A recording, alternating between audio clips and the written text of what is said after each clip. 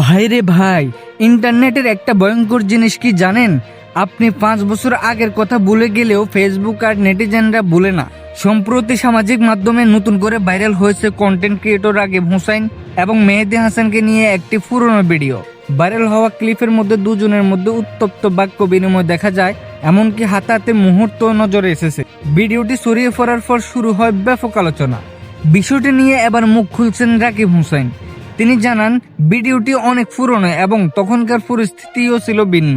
তবে ভিডিওর কিছু অংশ দেখে কেউ কেউ কষ্ট পেয়ে থাকলে তিনি সবার কাছে দুঃখ প্রকাশ করেছেন।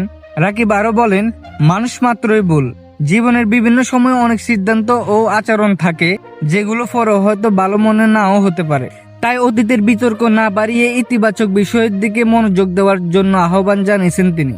এই সময় আমার ফাজিল বন্ধু হাবিব জিজ্ঞেস করলো, দোস্ত, ইন্টারনেটে কি পুরনো কিছু কখনো হারায় না? আমি বললাম, ভাই, ইন্টারনেটে পুরনো ভিডিও হারায় না, শুধু নতুন করে ভাইরাল হওয়ার সুযোগ খোঁজে। আপনার কি মতামত? পুরনো ভুলের জন্য মানুষকে কি সারা জীবনের বিচার করা উচিত? কমেন্টে জানান। ফাজিলগিরি ফানে নতুন হলে সাবস্ক্রাইব করতে ভুলবেন না। আল্লাহ হাফেজ।